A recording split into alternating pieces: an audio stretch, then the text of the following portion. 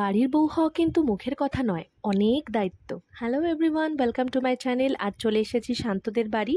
ছেলেরা সব খেলা দেখতে বিজি, প্রচণ্ড এক্সাইটেড ছিল ওরা সেদিনের ম্যাচটা নিয়ে। আশা করি তোমরাও সবাই ছিলে।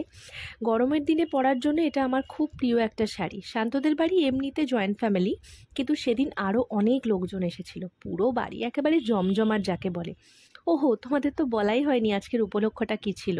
সেদিন ছিল লোকনাথ বাবা তিরোধান দিবস, আর ওদের বাড়িতে প্রতি বছরই খুব ধুমধাম করে পুজোটা হয়। আর আমার জীবনে ভগবান মানেই তো একমাত্র উনি, তাই যেমনই পরিস্থিতি হোক না কেন আমি চলে আসি। তবে ওদের বাড়ি আসার আরও একটা কারণ হলো ওদের বাড়ির মানুষগুলো এত আন্তরিক আর এত আদর দিয়ে কাছে টেনে নিতে পারে না। ঘন্টার পর ঘন্টা ওদের সাথেই আড্ডা দিয়ে কাটিয়ে দেওয়া যায়। খেলা তো পুরো জমে ক্ষীর হয়ে গেছিল, তাই খেলা দেখতে দেখতেই আমাদের আড্ডাও এদিকে খুব জমে উঠেছিল। তারপর শুরু হলো বৃষ্টি। আহা, যেন স্বর্গসুখ।